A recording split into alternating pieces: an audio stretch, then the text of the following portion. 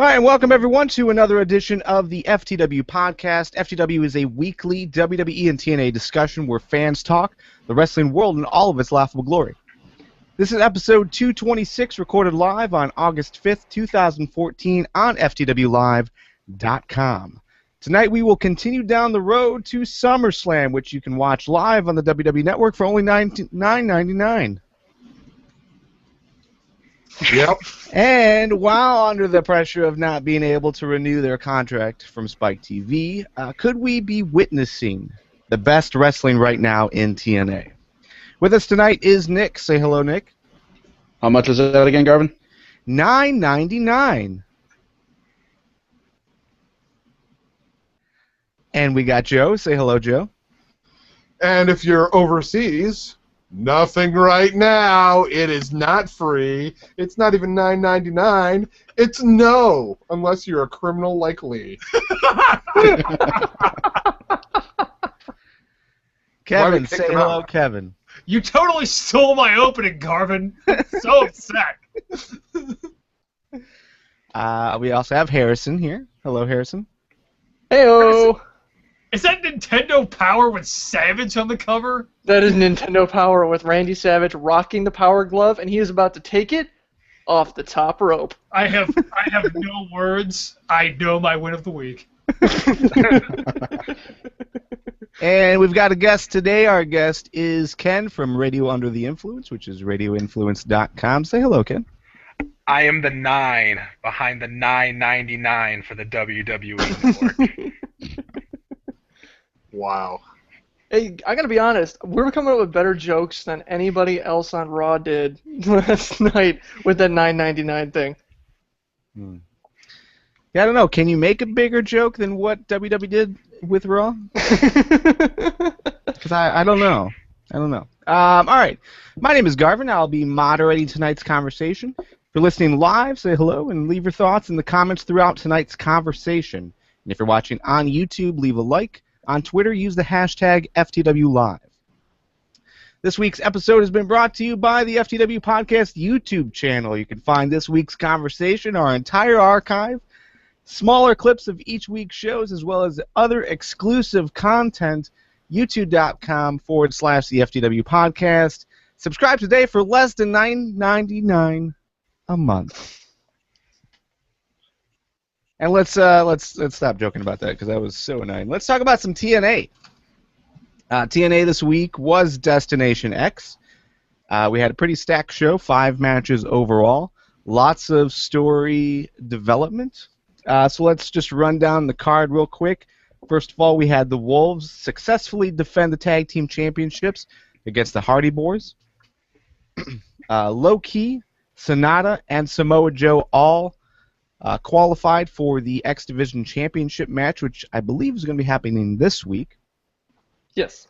And in the main event, the World Heavyweight Championship, Bobby Lashley successfully defended against Austin Aries, who used Option C. So it is true, you can use Option C and fail. So they did that.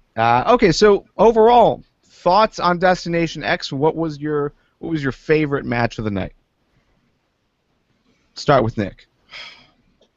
I have a really hard time deciding between the X Division matches.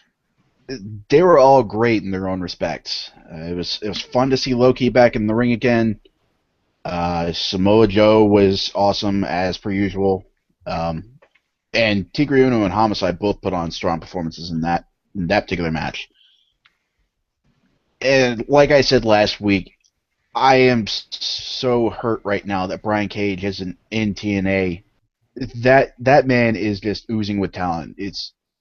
It breaks my heart that he's not on TV every week, and I really hope people look at him now after that match and start thinking, man, we need this guy on our roster now. So if I had to choose, I think I would go with Joe, Tigre, and Homicide. I think that had the best. Those 3 guys between them put out the best match. Yeah, I agree with you completely, Nick. Samoa Joe, Tigre Uno, and Homicide was a fantastic match. I mean, it was great action. It was good to see Homicide back for what he did. Tigre Uno was great. I love the mix of all the styles. It worked out really well. Probably match of the night. See, I disagree only because I think Manic put on one hell of a match with Low Ki and DJZ. Manic looked stellar out of everybody that was in that tournament, or that qualifier, whatever you want to call it. I really think he probably should have won the whole thing. I mean, coming up this week. I think he deserved a little bit more than Low Ki. Low Ki did really well with that, but I thought Manic was just so impressive with the spots he was hitting during that match. I mean, and I think Samoa Joe, Tigre Uno, and Homicide was a great match, but as far as like an X Division match, and the reason why you tune into that for the excitement, the spontaneity, and the kind of like anything can happen type of aspect to it, I think Low Ki, Manic, and DJZ, they totally delivered on that. That's a fair point. The only thing that was missing, I think, in that match, though, Harrison, was DJZ wasn't also in a onesie. Because really, that's all they needed was onesies. Because you had Low Ki, who's he's got his Power Ranger uniform on. Manic had his. I mean, it would have been better if they would have replaced DJZ with MVP, and then you were done. There wouldn't be a naval insight.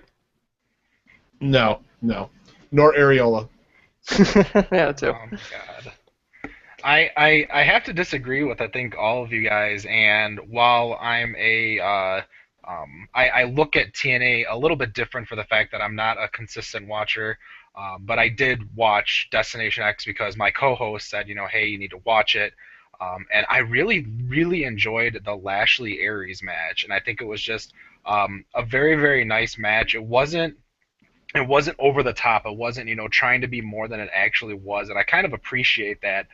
There wasn't spot fest heavy, and that's one thing I don't like about a lot of professional wrestling, and I think that's why I don't like the X Division as much as some people. But when you look at Bobby Lashley and Austin Aries, these two people, I mean, have you seen a running power slam look so good, like in wrestling in a long time with Lashley?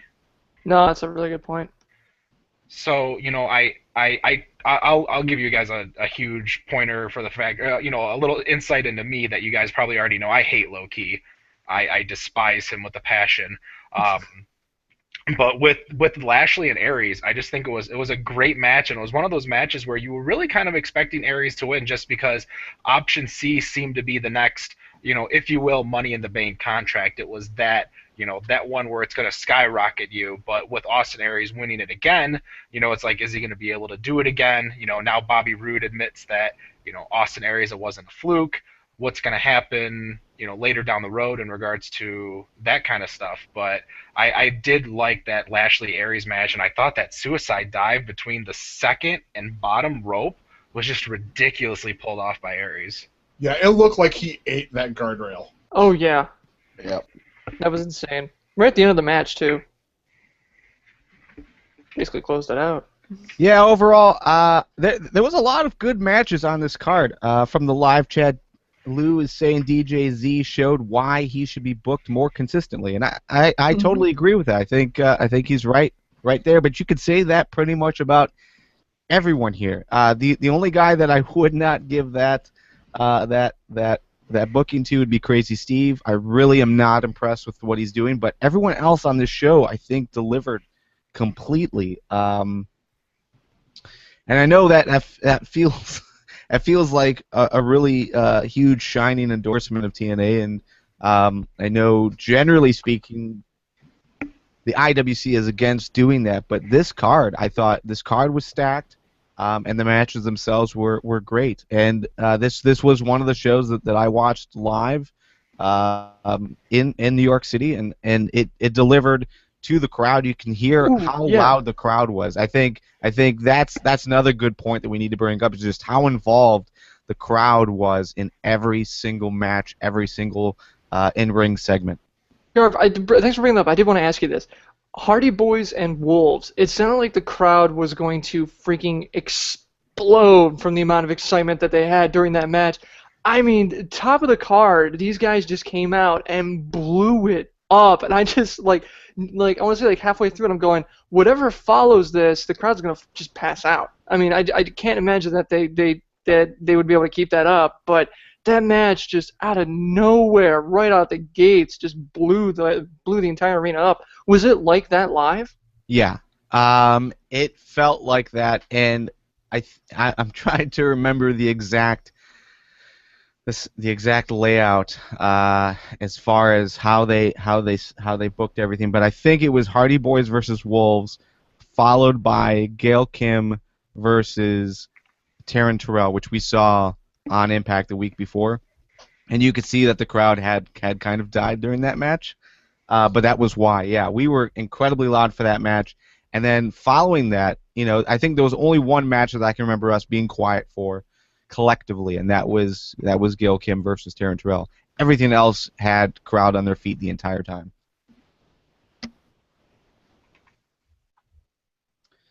But yeah, as far as for me, match of the night, it definitely goes to Austin Aries versus Bobby Lashley as well. I just thought, the entire story that they were telling was really, really compelling.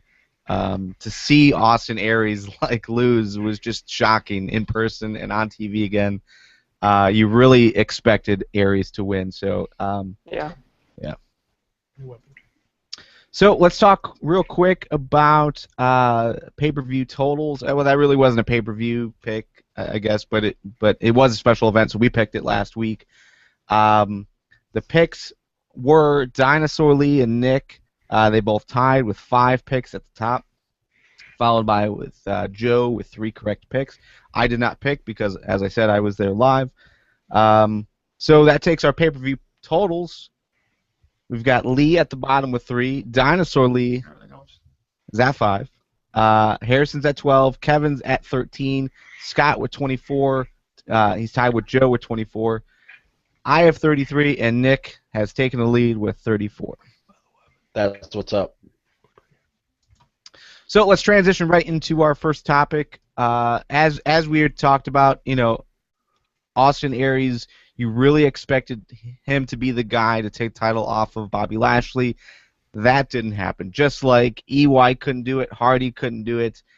Anyone else that they have put up against Bobby Lashley, it doesn't seem like anyone can really get one over on him. So, can Bobby Roode be that guy? It seems like that's who they're going to be pushing next.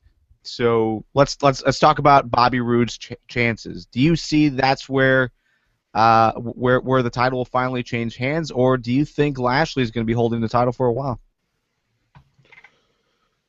I think Roode will be that guy. I think that's where the build has been going. When you think of who Lashley's faced since taking the title, Hardy, EY, Aries, none of them are terribly big guys. Hardy's a little bigger than EY and Aries, but still, when you think of Hardy, you don't really think big in the same way you do Lashley. Roode does have more of the size to compete with Lashley, and he's also got the moveset that can stack up. Whereas if Aries throws a punch, it might not rock Lashley. If Roode does, it will. And I think he's just more physically imposing that it would look legitimate to beat Lashley. And it's been some time since Roode has held a title, so of all the guys on the roster right now that are anywhere near the title picture, Roode does make the most sense. He carried his last title well. He's longest reigning champ for a reason, I think. So yeah, I absolutely think he's going to be the guy to take Lashley down. Well, I mean, Roode's pretty much lost the title back at Destination X in 2012. That was the last time he actually physically held the belt. Now, since then, you're going to have to jump in. I assume Nick's going to probably be the one, since I know he follows TNA a lot more. But he hasn't really held a belt at all in the company since 2012, has he? There was a brief stint as tag team champ with Aries, but that wasn't really a reign to speak of. Okay, so you're looking at a company who usually averages anywhere from 2.5 to probably 5 months for a title, but you have someone who's a monster like Lashley, and of course they're going to talk about every time he comes out his amateur background. They're going to talk about his MMA background. They're going to talk about his wrestling background. And I think Lashley is probably going to be the one that holds the title for a long time, probably until either a re-debut or maybe even someone someone that they feud like an Abyss or a Bobby Roode that could take it away, but I don't see Bobby Roode taking it back anytime soon. Yeah, I think Lashley's got it for the long haul. That guy looked so just unstoppable against Austin Aries. I mean, he just, I don't want to say he crushed him, but when Austin Aries, it just felt like Austin Aries was the underdog in that entire match. And this is Austin Aries we're talking about here. Yeah, I can definitely see Lashley being the guy to hold the belt for an extended period of time. If it is Bobby Roode, that'd be great. But yeah, I'm totally with Ken on this one. I don't think it'll be anytime soon. Yeah, Lashley did kind of have an answer for everything that Aries threw at him. Every single thing. Yeah, and I just want to throw in, I don't see Roode taking the title off Lashley before Bound for Glory. I think he'll be this might go into spoiler territory, but they don't really have time to do a proper BFG series, do they? Nope. No, but it doesn't matter because they can just do it for another 3 years and it's still going to be the same interest level. One round. I don't know. The Bound for Glory series goes on way too long, in my opinion. So I think if they've got a shorter time to do it, I think it's okay. I just don't like how the Bound for Glory series goes to house shows and you get points for stuff that you can't even see or watch. Well, they didn't do that so much this last year. Okay, I knew they had done it. Did they do it last year, at least for one match? Then are you saying? I don't think so. Yeah, They were like one or two explosion matches that counted. Yeah. Yeah, it definitely did add like an interesting twist to things, but it was so hard to keep up with. I think they could pull it off better now that they're using YouTube more. But yeah, how they were doing it before, it was really it just really wasn't pulled off well. But what are your guys' thoughts about MVP? Like where does MVP sit here? He can't be the injured guy on the sidelines forever. Do you see that any chance of him taking the title off of Lashley at some point? I don't think so. I think he's content to have it in his house. Lashley's pretty much MVP's guy, bought and paid for, so it's essentially his title by extension. So I don't think MVP is going to turn on Lashley in order to get the title in his hands. No, if anything, I mean, if MVP is ready to rock, if he's healed up enough, when Lashley goes off for his MMA stint, he could easily just say, "Here, boss, this is for you. Go off and do that," and MVP's no champ. I mean, they could finger poke and doom it, but yeah, I could see Lashley lying down for MVP on his way out. I can't, only because we know Lashley did sign with Bellator. He does have a match coming up, so there is a need to keep him looking legit, I think, and I think Spike TV will push for that. I don't think it would matter to Bellator fans. There's not really a crossover to speak of. Maybe. I don't know. I just throwing it out there. So, okay, cool. Sorry, give me a second. I've a quick edit note. I've got Google now, and it just went off because I said okay now. Okay. So, anyways, let me add that. So Jessica Havoc is coming. That's the general rumor. There is a new person coming. Everyone expects it to be Jessica Havoc, despite them putting it under some kind of mystery. So, what do we guys know? Like, what do we know about her? Should we be excited, Nick? I think so.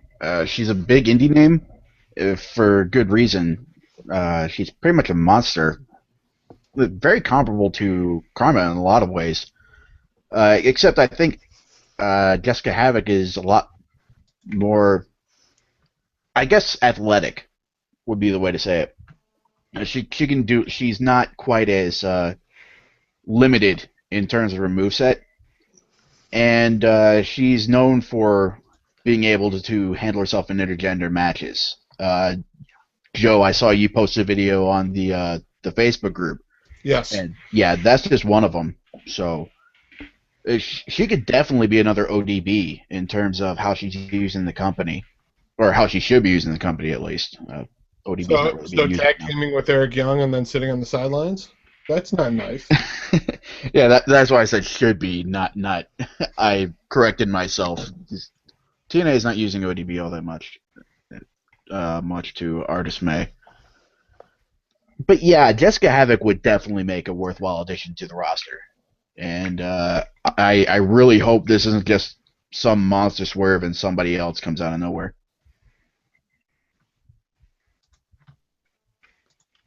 Yeah, she is a good talent. I mean, if you look up Beyond Wrestling online, you can definitely find some of her matches that they featured. And if you're not watching Beyond Wrestling from time to time, there's something wrong with you, because it's some of the best wrestling that's out there on the internet right now. Truth. But yeah, no, I'm excited. I can't wait to see what they're gonna do with her. Unless they're gonna pull what they did with Crimson and just steal the name and give it to somebody else.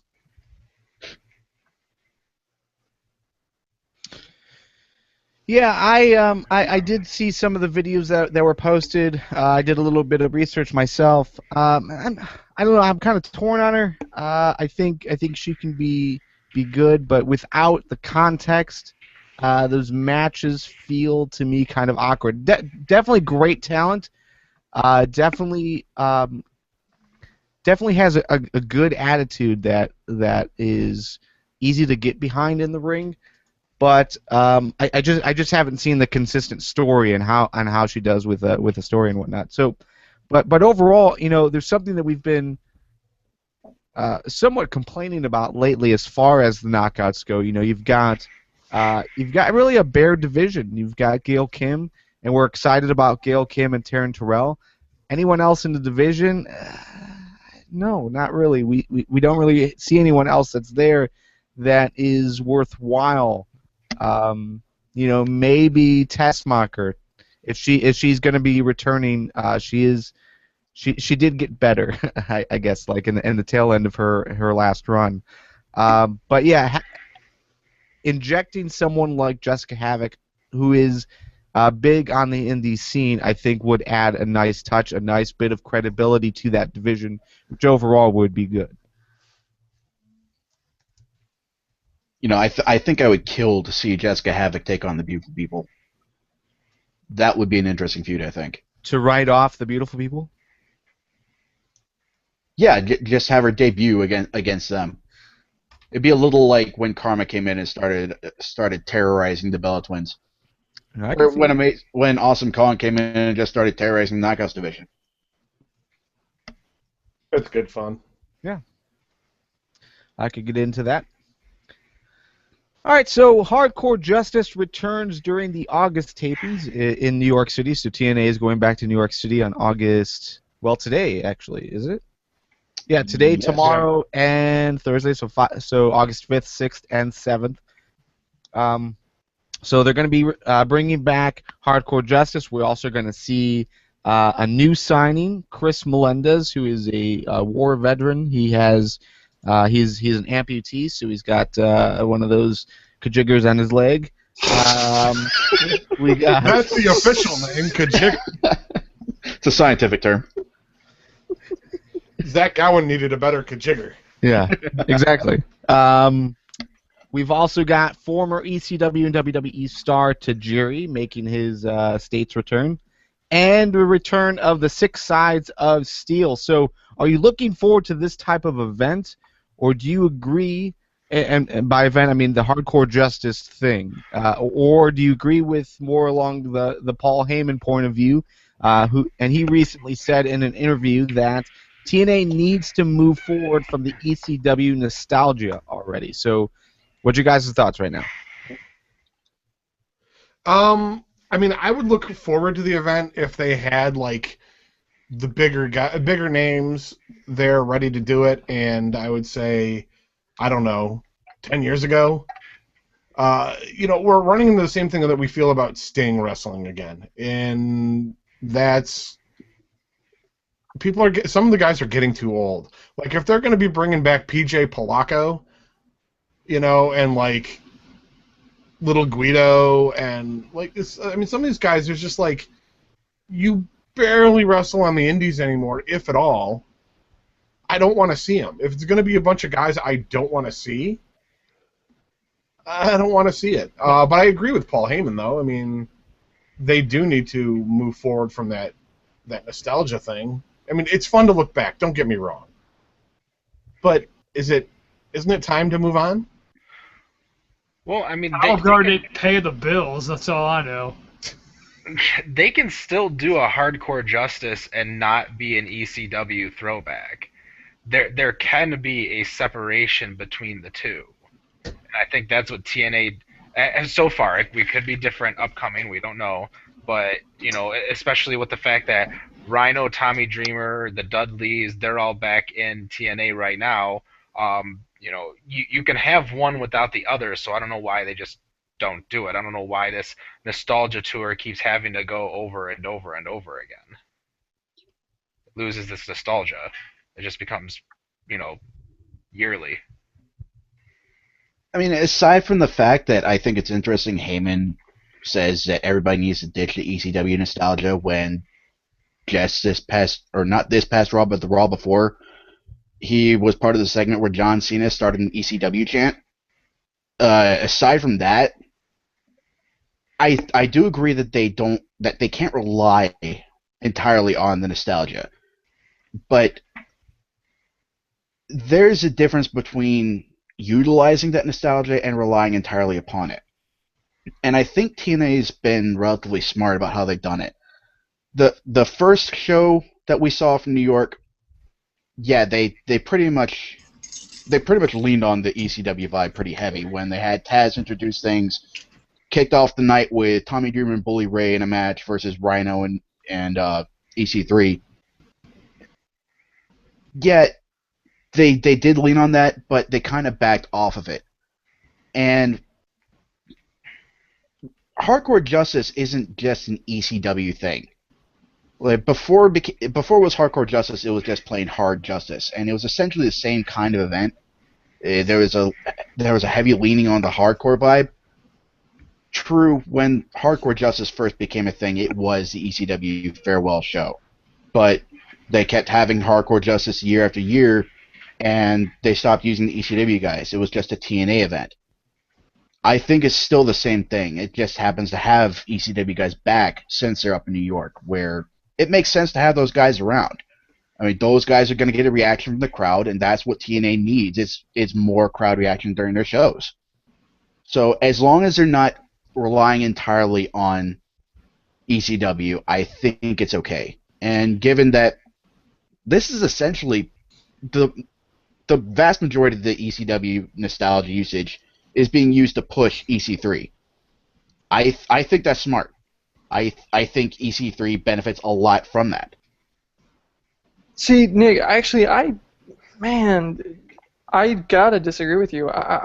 That's the one thing about Destination X, about the entire thing. That pay-per-view was solid, except for that promo with Dixie, and how they kept hitting on they kept using ECW to build heel heat for Dixie and EC3, and the entire time I'm standing there going, yeah, that's fantastic, except ECW is dead. Like, dragging that corpse out of the ground and throwing it around the ring to try and get the crowd to hate you, that's kind of cheap. I feel like you should be using TNA, the company that is actually paying the bills right now, to do that kind of thing. And I think playing on the nostalgia in that building at some point, you are literally just beating a dead horse. But just real quick, just to interject, I mean, they were also reacting to what the crowd was doing.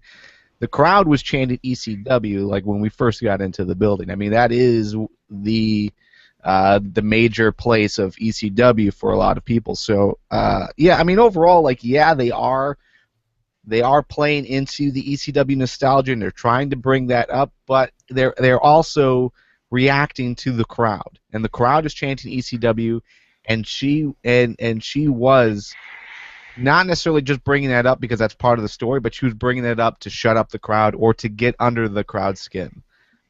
So keep that in mind too.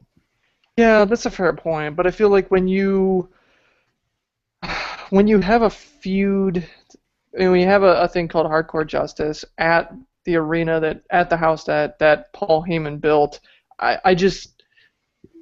I feel like what you're trying to do is say, well, ECW was popular, and so what we're going to do is we're going to try and co-opt that and make ourselves popular by extension instead of just standing on your own 2 feet.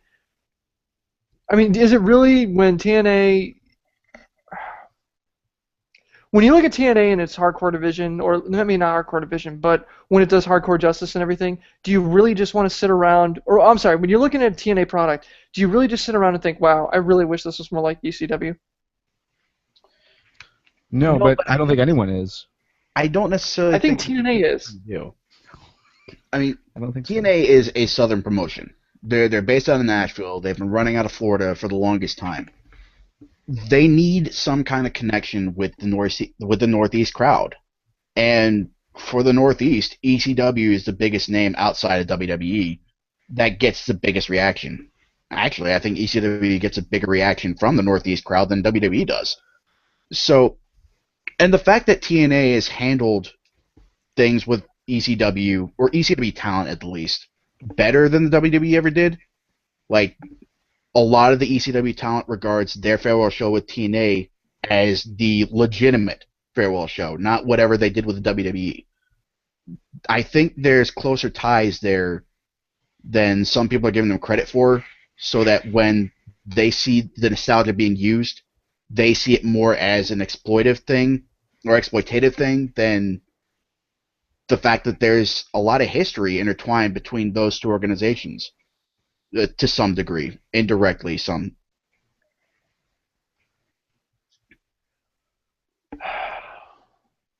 And real quick, from the live chat, it is being thrown out like we hear all the time from other wrestling fans.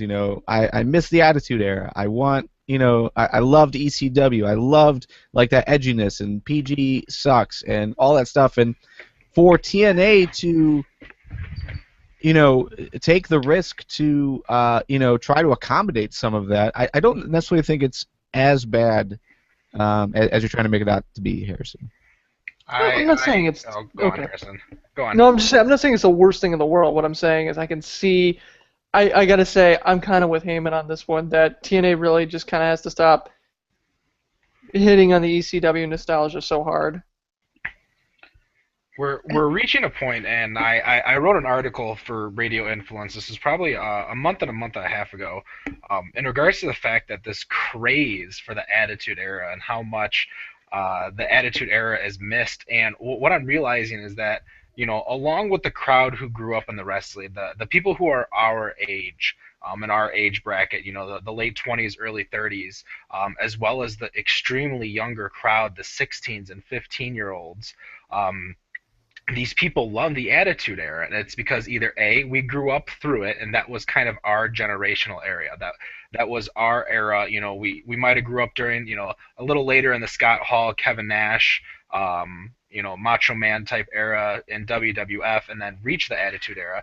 But the fact of the matter is that we are men. We are, filled with testosterone. We want this type of violent stuff, and we can't accept the fact that, one, the product will never go back to TV 14 at the WWE end, and two, you're not going to see that stuff. And I think what makes it even crazier, and people forget to understand, is that when stuff like blood happens now in WWE, it means just so much more. The second that CM Punk got split open, or Orton, or Reigns, and you're like, holy shit, that wasn't supposed to happen, because they're not cutting themselves anymore, and you're like, oh my gosh, this is amazing, this is actual hardcore, as opposed to, during a regular SmackDown where 3 people are going to go through tables. So it's one of those things to where the Attitude Era is dead. TV 14 is dead. People want to see it. There's always going to be the niche, but no matter what, the current product, the current crop of wrestling fans, the ones who are going to spend the money because they're spending their parents' money, which means they're spending money for themselves and money for their parents, want the PG era because that's what it's catered to. I'm going to step off my soapbox now. That's fine. No, that's a good I point. agree. I agree. Okay, cool. Let's move on from that and talk a little bit about spoilers. Spoilers isn't something that we do on the show. We try to avoid spoiler talk as much as possible, but TNA is the spoiler here. TNA started to promote the fact that hashtag it happens. It being that Bully Ray fulfilled his goal of putting Dixie Carter through a table. Now, it had been spoiled already, obviously. Like, people in the live crowd, including myself, we put videos on YouTube of it happening in June. So those in attendance have already spoiled it. But what's your thoughts as far as TNA spoiling it in a sense and promoting that it is going to happen and people should tune in to watch it? It's stupid. In that, like, they're ruining the surprise. I think that's what a big bitcher for a lot of people is that it's ruining the damn surprise. See, I don't know. I'm sorry, go on. Oh, Kevin, you're... Yeah, no, I'm in Joe's camp. I don't like this. I understand that it was ruined, but it wasn't necessarily ruined for everybody. So I don't understand it. I don't like it. It's not the way things should be done. I just don't think it's a good business practice. I don't know. Maybe you reference it vaguely, but to just come out and be overt about it, I don't know. I'm not a fan. Okay, and here. If Dixie was smart and wanted to support the fans, she would link to our video and give us some love because, we've been doing booking for her for how long? Since the podcast started, basically. Yeah, 4 years. All right, bitches. so here's an easy test.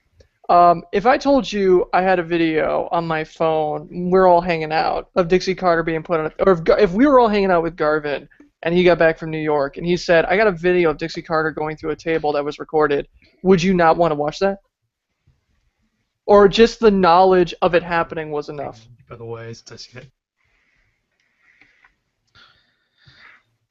You'd want to see the video, right? Yeah, I would want to see the video.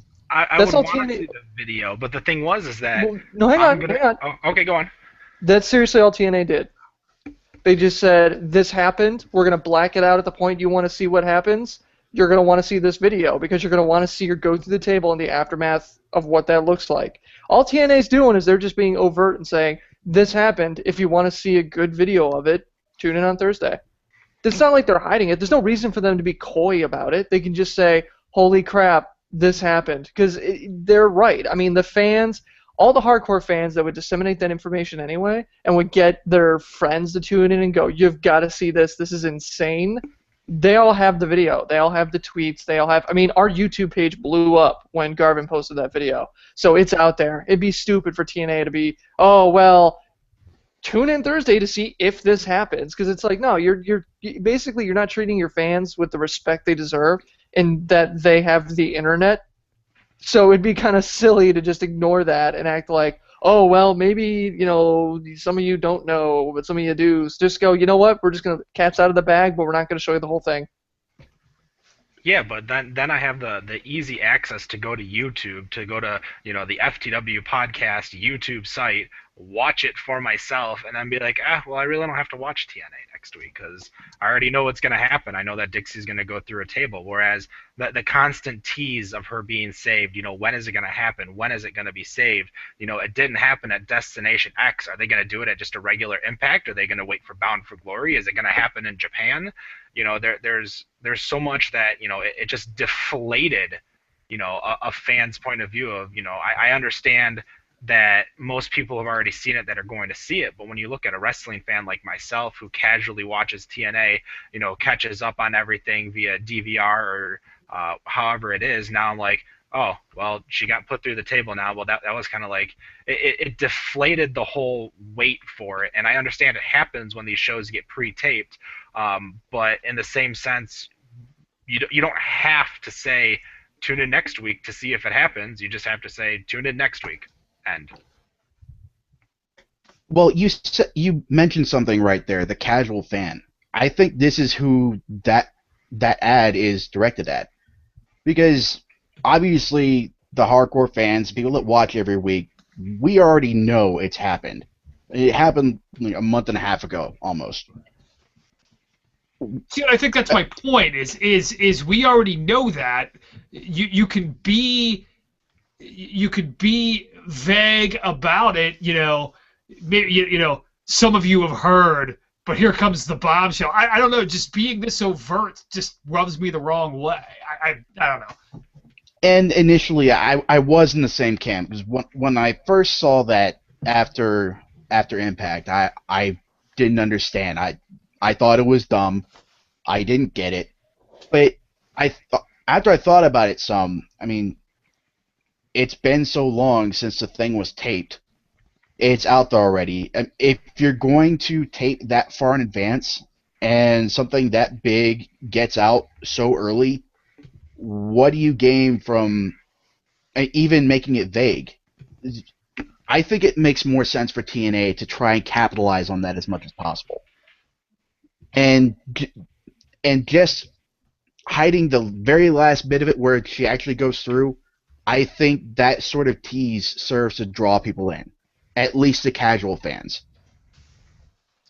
Yeah, and let's also be fair. The audio on my video was really bad.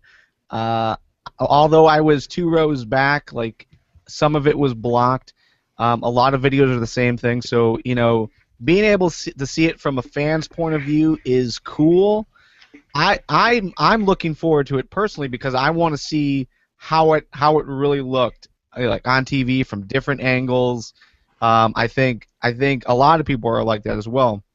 Who again, it's nice to see what happens before it happens, but to actually get quality footage of it is a much better deal than your little like I don't know about you guys, but it's like if you want to watch a movie and you torrent movies like a lot of people do, okay, you can torrent the movie as soon as it comes out into theaters and get the little shaky handheld camera footage of it, or you can wait a month or two and get the DVD version of it. And I think that's what they're trying to key in on is like, yeah, okay, you probably already seen it, but here's the quality version of it. Yeah, so the loud shaky cam. Yeah, I agree. Oh, we had the loud shaky cam. Exactly. Damn it. All right, so let's move on to some WWE conversation. Before we get into Raw, which for the most part is getting some negative reviews by the general internet community, let's talk about some positive stuff. What is right now your favorite feud or story in WWE right now? Wait a minute. You just developed that into another initial, so general internet. So the GIWC is what? Yeah. Is that okay? The Guke? That probably should not be repeated. I don't want to Google that. No. That might be an edit point for this show. No, it wasn't that bad. I was trying to pronounce the 4 letters together. I was not trying to admit a racial slur. He was paraphrasing. Well, now you referenced it. Racial slur? I was thinking had worse ones that we actually cut out of the show in the early episodes. Racial slur? I was worried it'd be like some kind of weird body part that you see that you're not supposed to see or something. Okay, so yeah, right. Favorite feud or story right now? What's your favorite, Nick? I don't know if it's necessarily my favorite, but I'm more intrigued than I'm not sure if I should be. I'm more intrigued by the Bella McMahon feud. If we can't have Daniel Bryan fighting the Authority, I don't want to say this is a nice substitute, but it's more interesting than I would have given it credit for maybe a few months back. Says the guy who watches Total Divas. Absolutely. What's wrong with that? No shame. I hope it's getting you laid. That's all I'm gonna say. I'm not ascribing any great acting talent to the Bellas or even Stephanie McMahon at large, even though she has had her moments. But I think it's interesting the way this could unfold. Whether Nikki will turn on her sister, how the match itself will unfold. And I think it was interesting this last night how Triple H played the support role to Stephanie there. We don't see that too often. Obviously, there's the whole meme about Triple H being the ultimate authority figure and he buries everybody with his golden shovel. But it was kind of nice to see him step aside and see Stephanie take over for a night, if only. So, yeah, and if he's got that golden shovel, he can probably. It's easier to put enchantments on it too. that is a fair point. Because it's gold. Yes. That's a Minecraft joke for those of you who don't play Minecraft, and you should, at ftwcraft.org. Watch our videos, jerks. What's a Minecraft? Shut your whore mouth. No, the best feud or story right now in WWE. I think there's a. I mean, come on, it's got to be the guy worth 5 stone colds. It's the Bo Dallas story, the rise and fall of Bo Dallas. The rise of Bo Dallas. That's just the best part of that phrase. Hey, he was undefeated. You know who else had an undefeated streak? Kurt Angle, and then Taz beat that. The Goon had one too. So did Brooklyn Brawler, but it wasn't a winning streak. And I think Bo Dallas' rise was more akin to the man's evolutionary steps out of the ocean, just flopping his way onto shore. But that's just me. He's worth 5 stone colds. We got to get that guy on, Garvin. All right. So, anyone else? Anyone else have a favorite feud right now? Yeah. I'll go on. Go on. No, Ken, hit it. All right. I'll go. The Miz and Ziggler, definitely. I'm loving the Miz's inner Johnny Cage right now in regards to being, the movie star, the moneymaker. I've always loved the Miz as a character.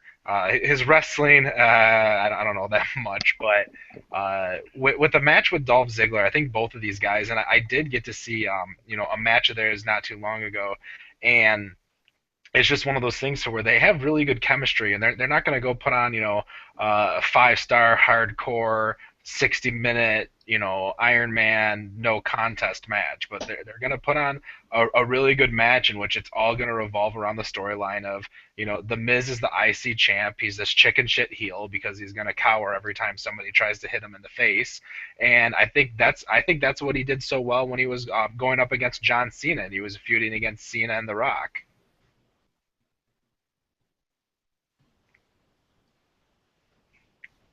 Kevin? Yeah, I'm going to take... It's a toss-up for me. I'm going to take Ambrose and Rollins. These guys just seem to work so well together. And you have the whole dynamic of being in the Shield and the turn and everything, but they just seem to have some really good chemistry, and this is a really good feud that they have going on. So I'll take that just for the fact that I think both guys are really, and you're looking at up-and-coming talent, not established talent, which I like. It's these guys that are kind of getting a chance to shine, and on their own, not as a part of the Shield, and they're really kind of making they're really doing a great job, in my opinion. So I'll take that one. Rusev's swagger, I think, is working really well too. The only reason I think that doesn't get the nod is because you can never go wrong with the USA versus any diplomatic foreign entity that may be not us. So it's like I can't give it the nod just for the sheer generic recycledness of the angle, but I will give it credit that they did put Swagger in a position to actually do something, which I've said before. So, but Ambrose Rollins, I think, are doing a great job right now. I think it's a great feud. Yeah, we got some from the live chat. We have Rusev versus Swagger as well. There's also, let's not forget how they're currently building Brock Lesnar versus John Cena. The promo this week on Raw was pretty phenomenal. It felt legit overall. The way that's my problem. Is it's just a promo. Lesnar's still not here. True. Yeah, and they can't get them on TV at the same time, or like this week, they weren't even there. So yeah, it's but still, I think a lot of people are pretty pleased with the overall way that promo specifically felt. Ambrose versus Rollins as well is getting some nods. So for me, I'm going to go with Paige versus AJ. I'm really excited about how they have turned this. Like when it first happened, I think most of us were somewhat negative about it. We weren't necessarily sure how to really feel about it, just because they're playing this whole frenemy thing. So Paige seemed very passive and docile, and it wasn't what we wanted to see from Paige. But since then, she's very fierce. She is basically going after AJ and taking AJ out and talking down to her in this condescending way. I think that right now has me the most excited as far as WWE stuff. So I think the best thing they could do is one of them puts the other one in a figure four, and we can just let our imaginations wander. Oh.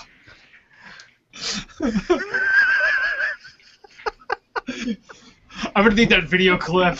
It's some alone time. Male chauvinist comment for the win. And for all our female listeners, that's Joe at the FTW226.com. Wow, that's the one reference we haven't pulled out in months. All right. I got to bring it back. All right. All right, so Raw happened. Many people not satisfied with it. Raw in general, not just this week's Raw, but also the previous few weeks of Raw. The entire build to SummerSlam, it has been feeling a little non-important overall. I think that's basically how a lot of people feel.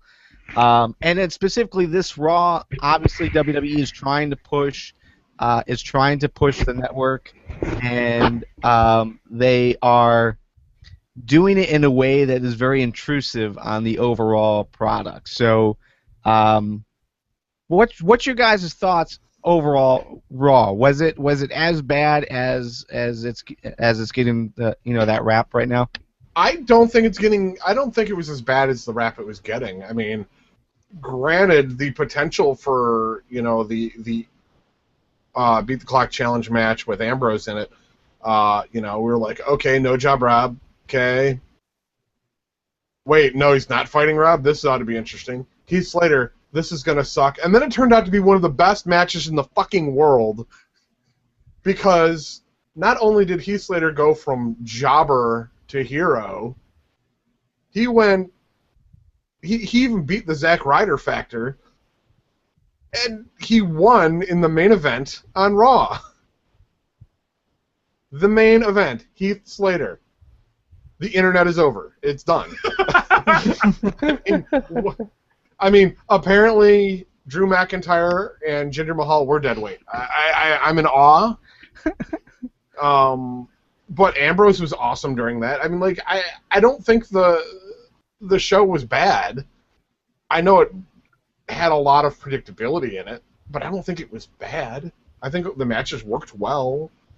Nothing was a big surprise. Yeah, Joe, I'm with you. I thought it was a pretty good Raw. I'm not going to say it was anything spectacular, and I understand the hate and the problems people have with them pushing the network. That's fine. If you're upset about that, it reminds me of when they started Twitter and everything was trending and they kept bringing it up and beating us over the head with it. Okay, I get that. But at the same time, you brought up the Heath Slater Seth Rollins match was very good. I thought Kane and Roman Reigns was outstanding. You know, you're looking for good matches. I thought that was a great match. I thought it was a great story. The guys beat the living hell out of each other. Two beasts doing what they do best in a last man standing match. I mean, what do people want? You know, so what's the problem with the actual product? If you have a problem with them pushing the network to try and stay in business, that's fine. At least I get that. But let's look at the actual product and the builds they're doing, which I think are pretty good, to what to me looks like a stacked card at SummerSlam. So I don't really get the hate right now. I'm not saying it's the best Raw I've ever seen, but I don't think that it's as bad as people are making it out by a long shot. So I'd like to hear other reasons for the actual product as to what people didn't like, that they're hating on Raw for what was actually in the ring and the things the wrestlers did. It's because Ziggler buried Cesaro. Well, the WWE buried Cesaro by putting him with Heyman. Not that Heyman could push anybody, but this was just not the right move for the guy. I've said that before. But the thing is, and especially with this past Raw, you didn't have your champion, you didn't have the challenger, and you didn't have the mouthpiece for that challenger. So you're missing three very important parts in regards to your show, whether it's just bad timing or anything like that. That's what happened. So you had to fill it up with many different things, and obviously you had Rusev and Swagger standoff. You had the Goldust Stardust, looking for the Cosmic Key. The R-Truth and Bo Dallas feud that's starting to really, really heat up, which I'm liking. And again, the whole Heath Slater defeating Seth Rollins. When I want to watch wrestling, I want to see good wrestling, but most importantly, I want to be entertained and I want to be shocked. And that was shocking. I didn't expect Heath Slater to win, let alone Heath Slater to win so that Dean Ambrose could get the chance to pick the stipulation.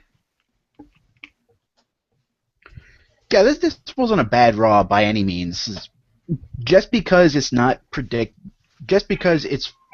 be predictable and it might not be shocking on all counts, that doesn't make it bad. The internet community has a really bad habit of associating predictability with shit. And you'd think, given the fact that the internet is generally pretty ass at predicting things, that they'd finally break that habit. But, I mean, that aside, the matches themselves were pretty good. As mentioned, Roman Reigns versus Kane was pretty good. The tag team match, the Dust Brothers versus Ray Baxel, that was an excellent match. Ziggler's match was good. Pretty much all of the matches were excellent. Even the joke match, basically, Diego versus Fandango, that wasn't bad. And personally, I love the fact that Hornswoggle was Fandango's partner for the night. That was hilarious. Raw last night delivered for me. I wasn't expecting too terribly much, and they exceeded even my meager expectations. So, well, I think everyone expects Raw to be like this amazing show each and every week over and over again, and they almost set themselves up with such a high bar that it's just going to fail every single time. You have such high expectations for a weekly episodic TV show in which they're continuously trying to pump new talent out, get new storylines and stuff like that. You can only do so much within a 3-hour period even.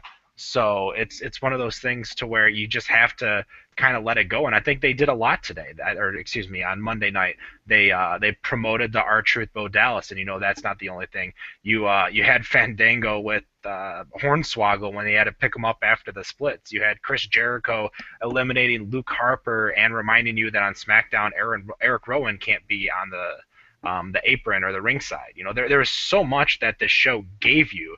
But because people want, hardcore spot fests and, 5-star matches all the time, if you don't get it, then you're just going to piss them off and they're going to go on the internet and bitch. But I think the people on the internet have a bit of a conundrum, because how long have they been saying they want a show without Cena? They got it last night. Yeah. Very good point. Well, the internet's stupid if they don't want Cena. Cena's probably one of the best wrestlers in the business right now. Get off my show. No, I'm kidding. And that's something else that I don't get about people complaining on the internet is everybody touts the fact that Raw is the soap opera aspect of the WWE. But when the Raw actually delivers on that count and devotes most of its time to building storylines for SummerSlam, people are shocked and upset and complaining. What are you expecting? If you want to watch the wrestling aspect of it, watch Main Event. Watch Well, don't watch Main Event. Listen to our show, but watch Main Event later on the WWE Network for $9.99. You can also watch SmackDown. Watch Superstars, also on the network. There are all kinds of shows that the WWE offers where you can watch just pure wrestling. NXT. Watch NXT. There's wrestling out the wazoo on that show. You know what to expect from Raw. Don't complain when you get that. Yeah, and it's been the same. Raw has been pretty much the same for as long as I can remember. There is something there for everyone. I think generally the IWC falls in one specific demographic, one category, and when something isn't entertaining to them, it's crap.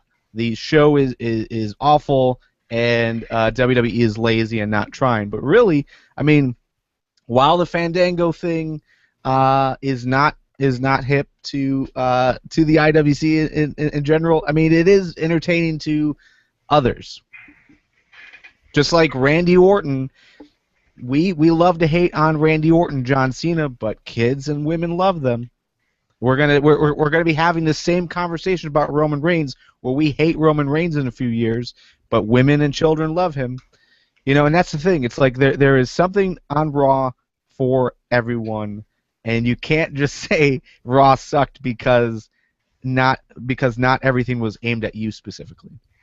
Well, and you mentioned in regards to Roman Reigns and the women and children, and I actually saw that to celebrate, Independence Day for the U.S. I went to Windsor to see the house show, and I saw literally Roman Reigns get booed and Bray Wyatt get cheered because it was Roman Reigns versus Bray Wyatt, and I'm like, it's literally the exact same John Cena effect with Roman Reigns now, and it's going to happen. And if you look at the demographics, especially what they touted, within the last the phone calls, that 50% of the audience is women and children, and the other 50% is men, and you're going to get the half and half everywhere you go, no matter what. Yeah, as far as Raw last night or this week, I didn't necessarily have a problem with it, except for the build for Brock Lesnar and Cena. It does feel like that is like they are depending too much on video packages and solo promos. There's not enough interaction between the two, just because neither of them are there at the same time. Did you not like that video package? Sorry to interrupt. I love the video package. I don't see that as being like the saving grace, as like the point that we need to look at of why we need to look forward to this match. I think they're failing everywhere else on trying to build this match. Yeah, that's just a consequence of having Brock Lesnar back. And Cena. I mean, Cena's shooting a movie. He's missed 2 Raws now because of that. Well, Cena's supposed to be there this week on SmackDown, so. SmackDown. We get one weekly appearance by Cena, which just blows my mind. When was the last time Cena was on SmackDown? I don't watch SmackDown, so I can't tell you. What is a SmackDown? Yeah, nobody watches SmackDown anymore. I'm sorry, the Raw replay show? Is that what they cover on This Week in WWE for only $9.99 on the WWE Network? All right, so before and after WWE Payback, generally speaking, we here on the podcast, we were very almost unanimous in the idea that we looked at Payback not necessarily for what Payback was, like the card or the matches. We were more thinking, Payback was great at building up SummerSlam, and we were all looking forward to SummerSlam. So few weeks later, are you guys still feeling that way? Do you think Payback was a good build to SummerSlam? Do you feel like they're still building SummerSlam as a huge event? This to me is the best card I've seen for SummerSlam in a long, long time. So I say yes. I haven't been this excited about a SummerSlam in a while, and this was supposed. I mean, for the longest time, this was kind of number 2 to WrestleMania. Now, I mean, Money in the Bank came on, and you have different things that kind of take precedence, but SummerSlam was always considered to be a very, very big deal. And I think this year they've gotten back to that. That's at least my, I look at the card, I look at the builds that they've had. I think this is a very, very good card with a lot of intrigue. I think your only thing missing is Daniel Bryan, and you can't help injuries. So I think they've done a very good job with the build here, and I'm really looking forward to it. Just real quick, I want to make a quick correction. I said Payback, and what I meant to say was Battleground. Same thing. Yeah. Okay, but go ahead. I feel it was it's a good build up. I don't know. It just kind of outlined like, hey, these are the matches we're going to revisit this month. Because a lot of it was the same. So, and I don't care for that. Damn it, I'm a mark, and I want new matches all the time. I mean, I know feuds you gotta build, but there's a lot of matches on this damn card that were at the last pay-per-view. Well, I think we're coming to the end to a lot of feuds, and I think that's going to be the key. I think we're coming to the end of Rusev and Swagger. I think that the Jericho and Wyatt feud might even be over after this one. I think with Jericho, and this is one thing that I'm kind of excited is that I have no idea how it's going to go because Jericho won the last match with the Wyatt family in the corner. Now the Wyatt family's not in the corner. What's Bray going to do? But I mean, you're going to have repetitions month after month after month because you just need to build the feud. And I seriously don't think there's going to be an Ambrose Rollins match. I think that's going to happen again, where Ambrose tries to attack Rollins and ruins it, and then I think they're going to keep pushing it as long as they can because they have so much fuel under this match that everybody just wants to see them get their hands on each other. Yeah, I think Payback did a decent job of setting the stage for SummerSlam. Battleground. But yeah, Battleground. Damn it, Doc. I think Battleground did a decent job of setting the stage, but I think more people would maybe appreciate that more if there was more separation between the two events. Just given the fact that Battleground was basically sandwiched in there with little to no regard for timing. And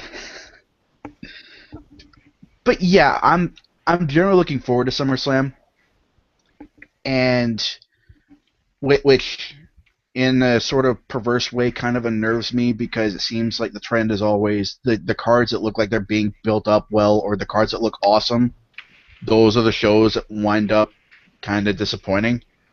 So I think I'm going to keep my expectations kind of low, regardless of the quality, the perceived quality of the card. It's just playing it safe.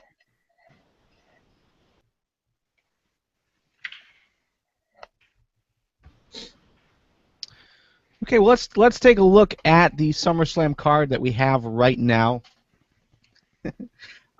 It's basically booked. We have 8 matches right now. So we've got AJ versus Paige for the Divas Championship, Miz versus Dolph Ziggler for the Intercontinental Championship, Rusev versus Jack Swagger in a flag match, Roman Reigns versus Orton, Brie Bella versus Stephanie McMahon, Dean Ambrose versus Rollins, Jericho versus Wyatt, Cena versus Lesnar. Overall, Kevin, you're saying this is probably one of the best SummerSlam cards you can remember. I'm with you there. I think this is pretty much a stacked card on paper. Yeah, I just don't see a match that I'm really not interested in. Rusev Swagger? And believe it or not, as much of a swagger hater as I am, they've actually done a good job of building this. This is the closest thing we've gotten to a pepper on a pole match in years. Oh, please. Come on. Why did we have to bring that up again? Can't be that bad. You have to beat the other guy so you can climb up your turnbuckle and grab your flag. Yeah. Breaking news: Vince Russo signed with WWE.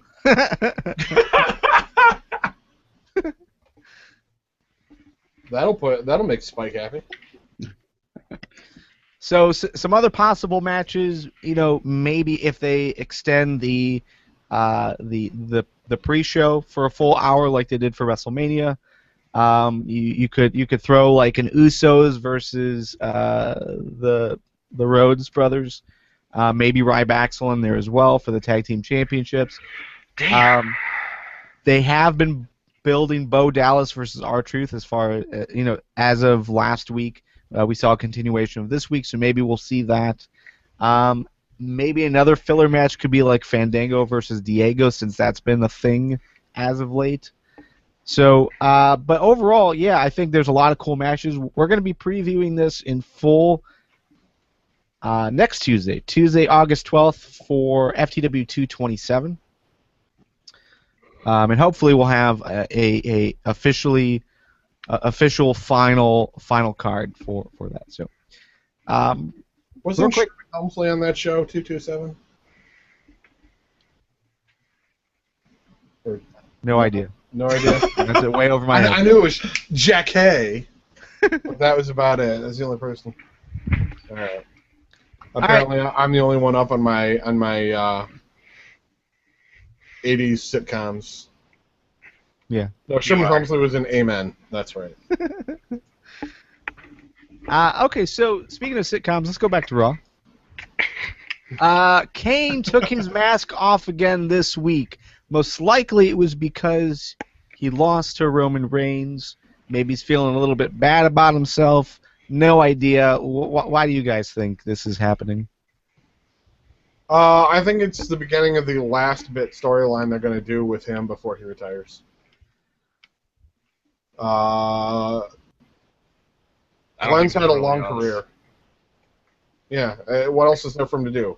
He's won just about every title there is. He was in one of the best hardcore championship matches with Raven and Big Show that involved a golf cart. Was that also the one where he beat the crap out of Crash Holly in the bathroom? I don't think Crash Holly was in that match, but I might be mistaken. He beat the hell out of somebody in like a toilet stall. Oh, he might have done it in a different match, obviously, but I think this match, it was just those three. I think that was a WrestleMania match too. But yeah, I agree with Joe. I think that Kane's pretty much run his course. Whether he goes into politics or he started his own housing business or something like that. So he's set. He doesn't seem like a guy who's dumb enough to squander all of his money. So I think he's setting up for his farewell tour, and then he's gone. You think he's going to write children's books? I would Wow. write Kane's I children. have no words. He's most likely going to run for politics or have a political blog. That might be his future. He's going to run for politics. I am running for politics. Politics in general, I'm running for you. I'm going to run a 26.2 for politics. Stand up to cancer. I stand up to politics. The more I host this show, the more I understand why Harrison always messed up. You killed Kevin. He's choking. Yeah, I could definitely see. You totally caught me mid beer drink. I couldn't spit it all over Joe's equipment, because this is way too much. I'm it's not that kind of show. No. Gross. Yeah.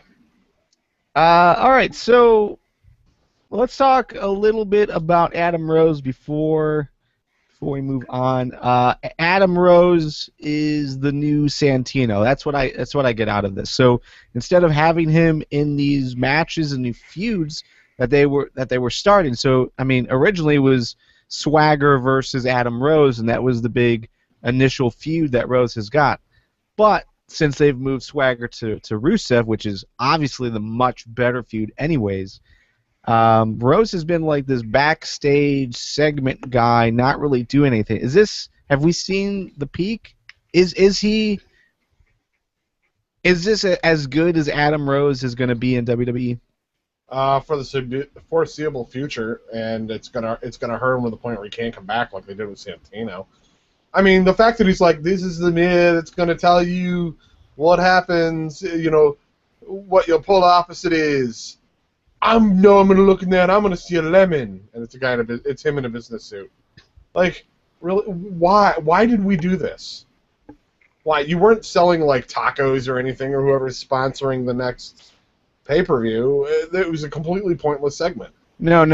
I think a lot of people are missing this. It was to sell Oculus. Yeah, the movie that just came out from WWE Studios. I'm pretty sure it said Oculus right at the opening. Yeah, it did. Yeah, he said it was an Oculus mirror. Yeah. I forgot they were involved in that, and I was really hoping he was going to be in a lemon costume. Yeah, that's what I was thinking when he said that, but I truly don't think that he's going to go to the way of the Santino in regards to the fact that he can't come back. His career in regards to the WWE is so young, and he's almost doing a backwards Santino, and I think that Adam Rose is going to get some type of, a mean streak. Gun already. Adam Rose can get some type of mean streak, easily just turn on someone, lose, or he can become a lemon and he can join the Authority. There's so many different things that you can do with this character, and I think it's a fun character to have on TV. I think everyone loves it. His music, his entrance, and everything like that, everybody's enjoying it. And I think that for the time being, because there's so much other things right now going on, that you can't have him just floating around as well. You need him doing something, and whether it's backstage passes or backstage segments, that's fine. But now he's not losing on TV or anything like that. It's just a constant reminder, hey, I'm Adam Rose, and I'm here. Just so you guys know, I'm still here. That was more like Harry Potter. Guy. Yeah, it's like the last guy who did that was bump, bump, bump, ba-da-na-na-na-na, and look where fucking Fandango is now. Yeah, but Fandango couldn't really, he booked himself, because obviously the Fandango character is his own character, but he's not a good wrestler. So he was before he was Fandango. He's a good wrestler, but that gimmick is shit on him. He can't pull it off. Well, he was the one that created the gimmick, so I don't. Yeah, he vastly overestimated his own acting and dancing abilities. Before I start on my forecast for Adam Rose, I just want to mention how hard I would have marked out if he looked in that mirror and Leo Kruger was staring back at him. I'm sure I'm the only one that even knows who Leo Kruger is on this podcast, but I know. Yeah. Watch back on NXT. Leo Kruger was amazing. With that said, I don't think this is the end for Adam Rose. Just look at the potential feuds. There's not really anybody that he plays well with. Adam Rose is at his best when he's facing off against a serious asshole like Jack Swagger, or down in NXT, Tyson Kidd has become kind of that guy.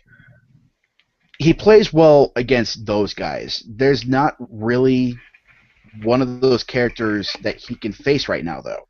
So until another feud opens up, I'm not necessarily fine with him in the shill role, but at least he's on TV. At least people don't forget about him. So there's that much at least.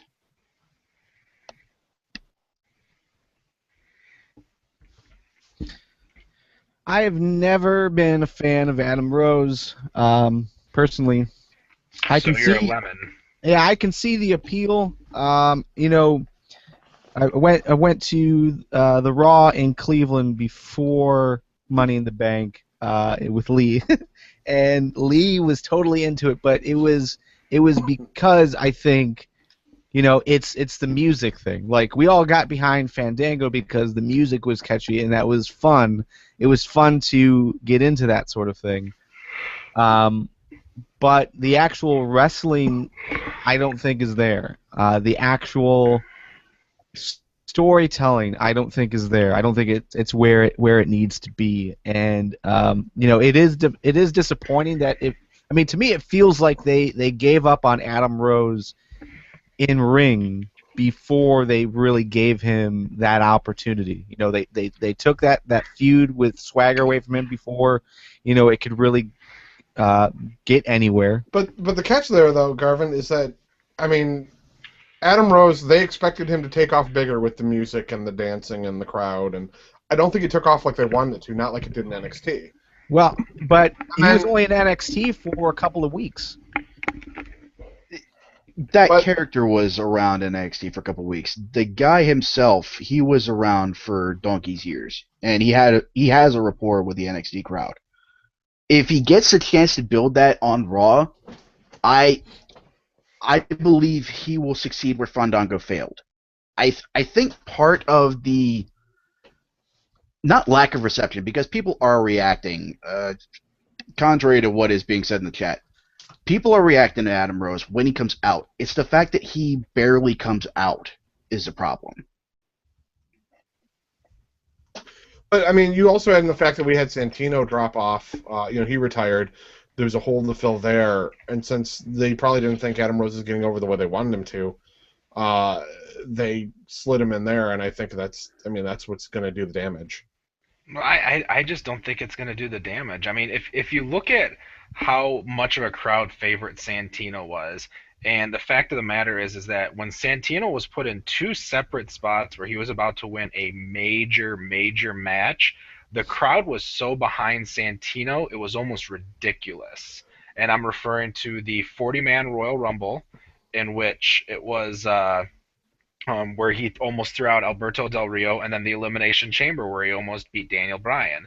And it's one of those things to where, if you can do that with Santino, a character who's, not really winning any titles, he's more comedic relief, but because he's consistently in the eyes of everyone, the fans are going to love him, and the fans are going to want to push for him for something better.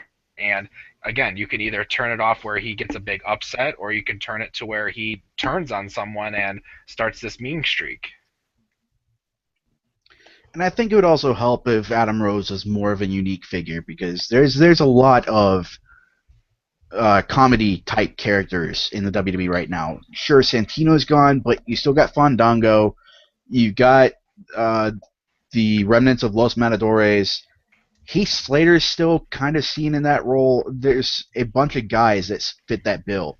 If you could start thinning out the herd, maybe repackage Fandango and Los Matadores, make them Johnny Curtis and Primo and Epico again, I think Adam Rose will stand out more, and he will get over with the crowd more quickly by dint of the fact that he is a little more unique.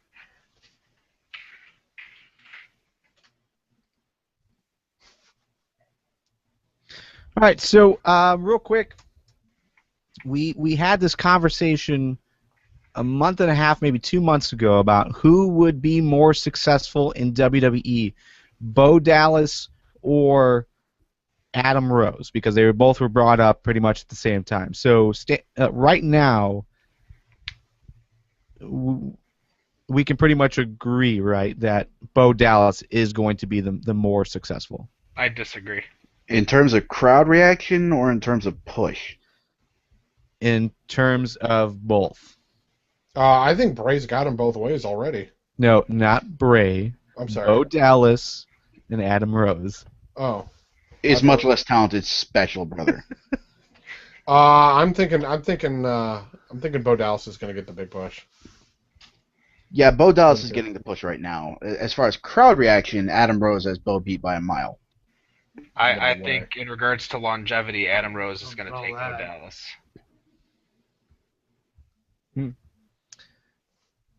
Interesting. Kevin? Well, I said it was Bo Dallas from the beginning. I still think it. I still stick with that. You can't. You have to be in the ring at some point. You have to be in matches and winning matches, or at least putting on some sort of product to really get over. I don't think Bo Dallas has much of a chance. I can't stand the angle they're putting him in or the gimmick that they have him with. But you want me to pick one? He's in matches. Adam Rose isn't. I'll still stay with Bo Dallas. Yeah, I'm gonna go with Bo Dallas. I think they could do things better with him for sure, Kevin. You know, I think they are too passive with it. Actually, I think if they allowed Bo Dallas to do some more segments where he's talking to the crowd or talking to the wrestlers before matches or after matches, like they were doing when he first came in, I think that would really help the character get over more. But yeah. Comparing the two, I think this is where we will be in a year from now. Bo Dallas is still going to be wrestling, still going to be getting in-ring storylines. Adam Rose may or may not be on TV.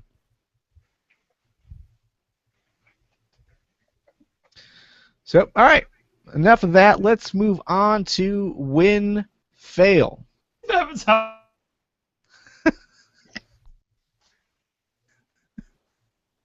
Sorry, overzealous. Joe, what is your win of the week? My win of the week, and I can't believe I'm saying this, especially with the person sitting next to me here. It's gonna be Triple H.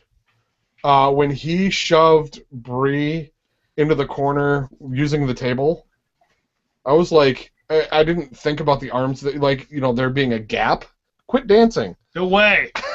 I'm totally dancing because Triple H is a win. When he slammed her in the corner, I was just like, oh, that looks so painful. And then I realized there was a decent gap for her to be in. But I was like, brutality on women? I can get down on that. Hey, equal rights is equal rights. And again, that's Joe at the FTWpodcast.com. You've been watching too many Havoc matches.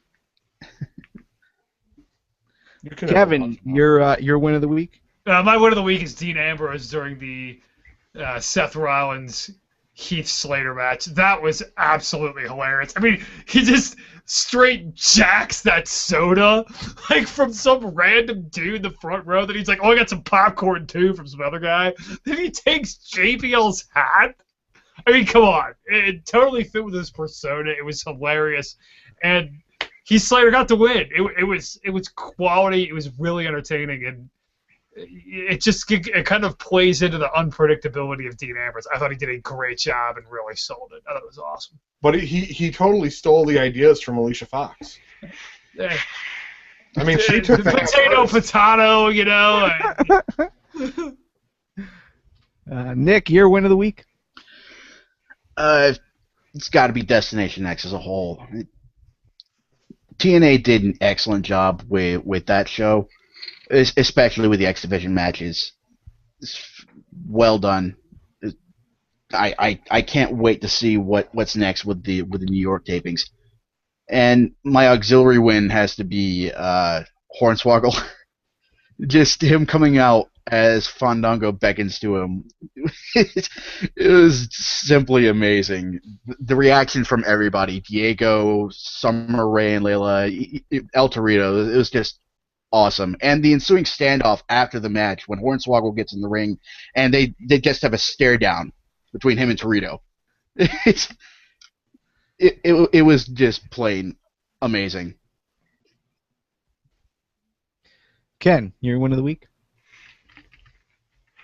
My win of the week, ladies and gentlemen, my name is Paul Heyman.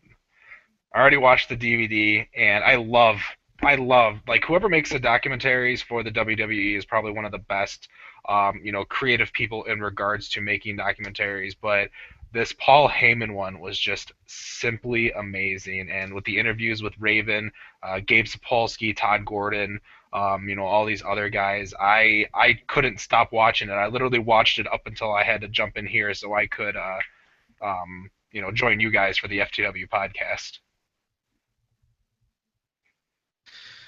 Yeah, I've heard a lot of good things about it so far. I've heard pretty much everyone who has obtained a copy is very, very supportive of it.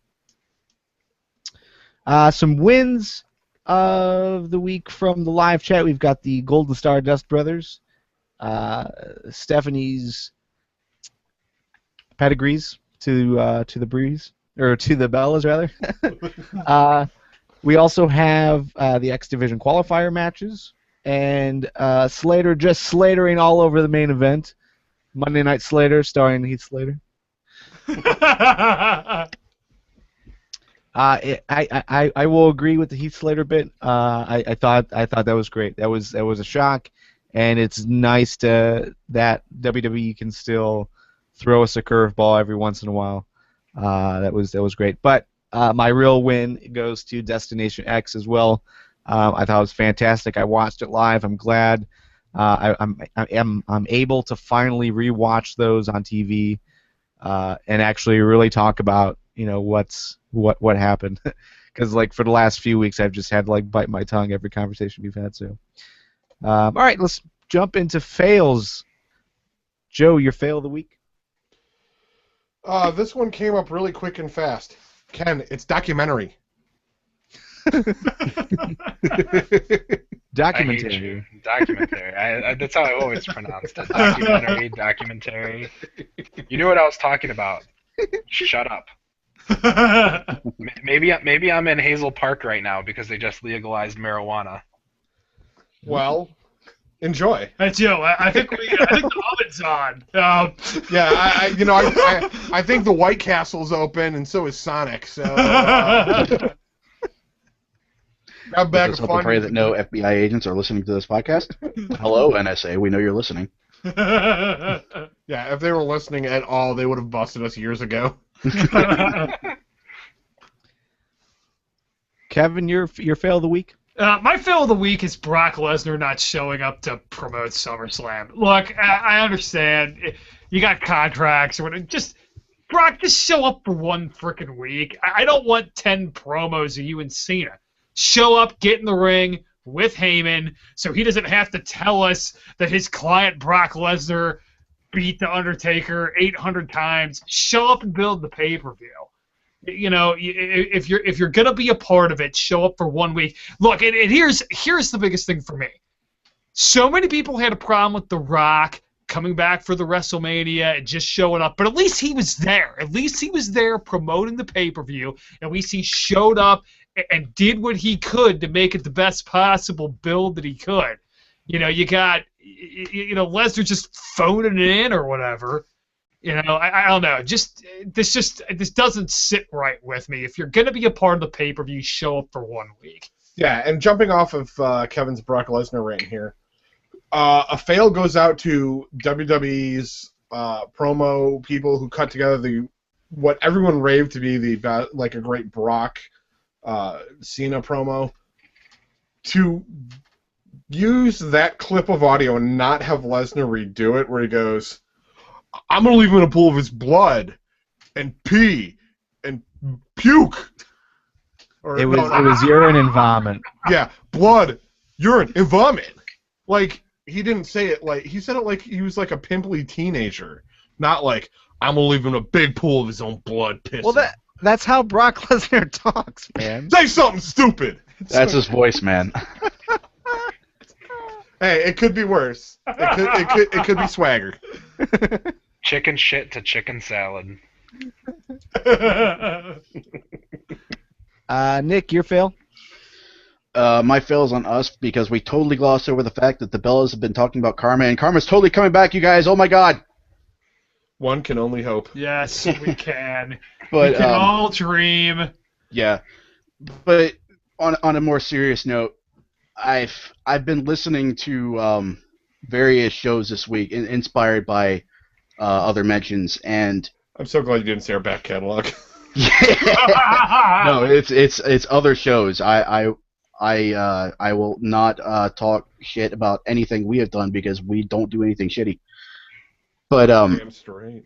Yeah, it's just the hubris and the amount of pretentious douchebaggery that is so prevalent in the internet wrestling community today, and especially surrounding the whole TNA fallout.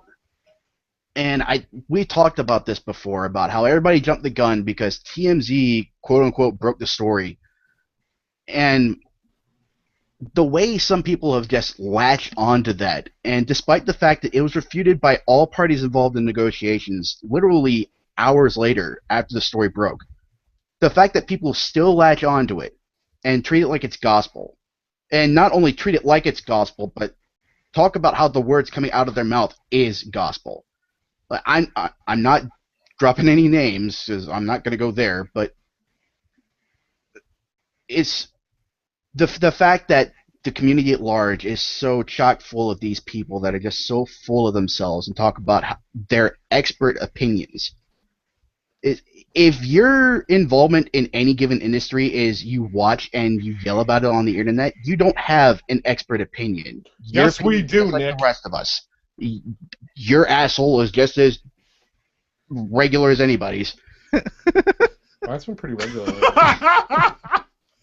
Because opinions are like assholes, everybody has them. So don't act like just because you've been running a show for umpteen years, it's you suddenly become this voice on a mountaintop. And I'm gonna get off my soapbox before I just totally derail the end of the show. So yeah, They're taking their cue from Fox News. yeah. No, and that was always my beef with other podcasts. It just seems like everyone is just super angry and super hateful towards everything that they're watching. Like, why watch wrestling if you're just gonna hate on it? Why say I want to see competition in wrestling, but then want to see TNA die? And it's not even just anger or being hateful. It's the gloating "I told you so" celebratory tone to it. Like the fact that you've been saying TNA is going out of business for 10 years, and there's finally a little glimmer that something to that effect might actually be happening. Is I predicted this, you guys. I have been saying it all along. I told you so. If they were going out of business, I hope when they go to sell all their assets, they have Don West do it. Do his crazy deal.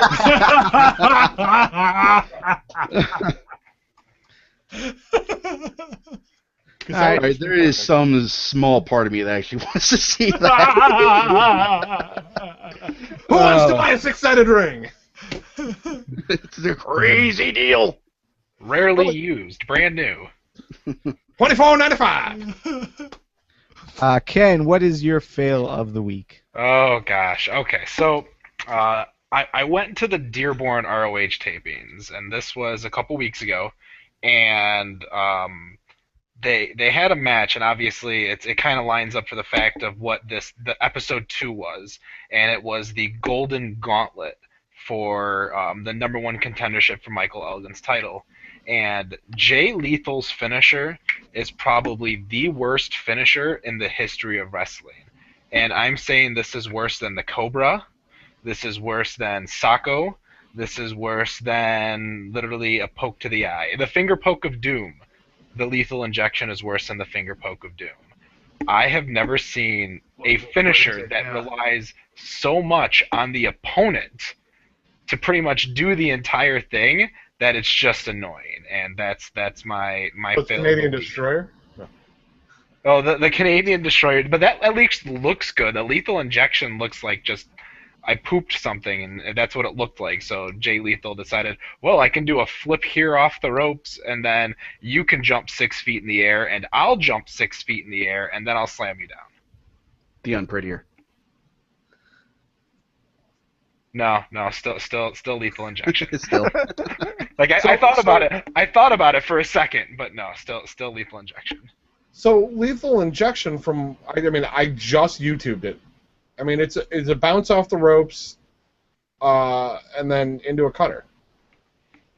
Exactly, but the whole point of the cutter is that the guy jumps high in the air just so Jay Lethal can hit the cutter, 3 or 4 feet in the air. One I just watched. Let me pull it back up again. I'll put it in the chat. Garvin can put it in the show notes. See how I'm giving you work, Garvin? No, I'm pulling it up on YouTube as well. Like I maybe it was just this specific lethal injection, but the one I saw, it's odd, but see, and this one doesn't seem that bad. The guy's actually standing. Yeah, I'm gonna have to look that up because I'm thinking of a different move, and it's kind of confusing because pretty much every signature he has is lethal something. So I may be confusing moves. It's the lethal bookbinding. Oh my God!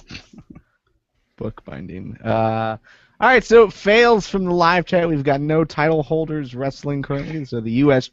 champion also not on this week's Raw. Fail the Lesnar-Cena promo in that they used a clip of Cena saying he was on Raw every week the week that he was not on Raw. I did note that. I meant to call that one too. Oh. He was in a video package. That totally counts, right? He was in 2 video packages, the same one. So actually, Cena's doing double duties. So fuck you, Mark. Duty. God damn it! I was just about to say that. My fail is, I don't know. I don't necessarily have a fail. I don't have a fail this week. Okay, let's jump into. Garvin doesn't have a fail. Yeah, let's jump into final thoughts. Ken, Radio Under the Influence, RadioInfluence.com. Tell us about what that is, and all that jazz. Well, RadioInfluence.com is a collection of podcasts. We have plenty right now, but I'm going to actually plug one specific one. For all you wrestling fans, and especially if anybody's following the G1 Climax or likes Japanese wrestling or anything like that, make sure to check out the Independent Roundtable. We've actually been covering, I think we're up to day either 6 or 7 in regards to coverage for the G1 Climax. A lot of great matches coming out of that entire tournament, including AJ Styles doing a lot of phenomenal wrestling out there, pun intended. But with that in mind, we just like to have fun. I actually my personal self just got back into podcasting, and I have rebooted 40 Ounce Friday, in which really we just talk about kind of like beer, wrestling, and Detroit life. It's with me and Ghetto Dan, who is a longtime friend of mine. And really, that's kind of it for the whole Radio Influence. You can follow us at Radio Influence. You can email me, which is ken@radioinfluence.com. If you're looking to, host your own show, start your own show, we do podcasting solutions on the cheap, which is really good for people who maybe just started off podcasting, and you don't want to invest in Blog Talk Radio, which is $40 to $50 a month, or you don't want to invest into something crazy. We give you the hosting, and if you stick to it, usually you move on from us, which is fine. We're almost like the ECW of podcasting solutions, because after a while, you get into a groove, you get good, and then you go off and you make your own website and you do this. And we've had a lot of decent shows, done that since they've come on, including the MMA Analysis, which is one of our original shows. So once again, check out RadioInfluence.com. Definitely check out our Independent Roundtable, especially if you like independent wrestling, especially if you like Japanese wrestling, for the G1 Climax reviews. So that's me. Very cool. Anyone else have any final thoughts? I got nothing. I think my fail pretty much double as my final thought. Can I get one more final thought? Yes, sir. Davey Richards is the worst wrestler in TNA right now. That's all I had. Okay.